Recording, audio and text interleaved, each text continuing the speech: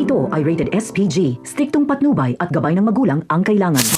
Isang mapagpalang araw mga kapuso, hindi inaasahan ni Monica ang sunod-sunod na pangyayaring bumaliktad sa kanyang plano. Laking gulat niya nang mabalita ang tuluyan ng lumipat si Jenny sa Popgloss kahit wala pa naman umano siyang opisyal na desisyong tanggalin ito sa Yumi. Mas lalo pa siyang napaisip nang malaman niyang hindi Yumi ang napiling mag-guest sa malaking concert ng BGYO, kundi si Jenny mismo, ang isa sa mga tampok na artista. Doon unti-unting tumama kay Monica ang masakit na katotohanan. Maaring ang pagkawala ni Jenny ang pinakamalaking pagkakamaling nangyari sa kanilang grupo. Kaya naman, agad niyang naisip na kausapin si Vanna upang subukang maibalik pa si Jenny. Ngunit bago pa man siya makalapit, hinarang na siya ni Megan at Dara. Giit ng dalawa, wala na raw magtitiwala kay Jenny dahil marami na umano itong nakabangga. Para sa kanila ay wala nang babalikan ang dating miyembro ng Yumi. Samantala hindi pa rin kampante si Jenny, bagamat nagsisimula nang bumalik ang kanyang karir, nangangamba siyang baka kumawa na naman ng panibagong paraan si Megan upang sirain ang kanyang pangalan at mapigilan ang nalalapit niyang guesting. Ngunit kalmado lamang si Vanna. Kilalang kilala raw niya ang galawan ni Megan at Dara.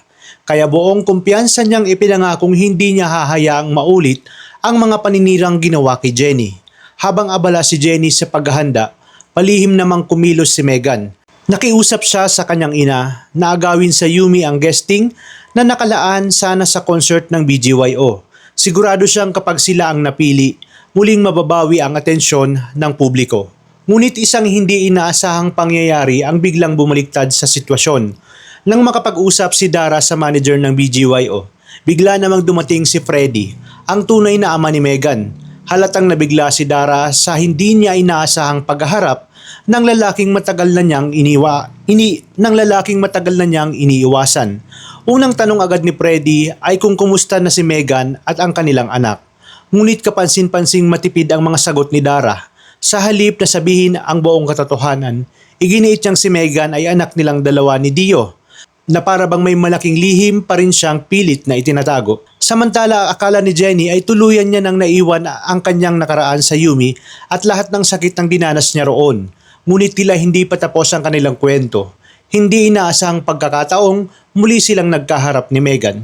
Hindi na paligoy-ligoy pa itong si Megan, agad niyang hinarap si Jenny at sinisi ito sa umano'y pagsapaw sa guesting ng Yumi sa BGYO. Muli namang sumiklab ang tensyon sa pagitan ng dalawa. Hudyat ng mas matindi pang banggaan ang naghihintay sa kanilang susunod na paghaharap.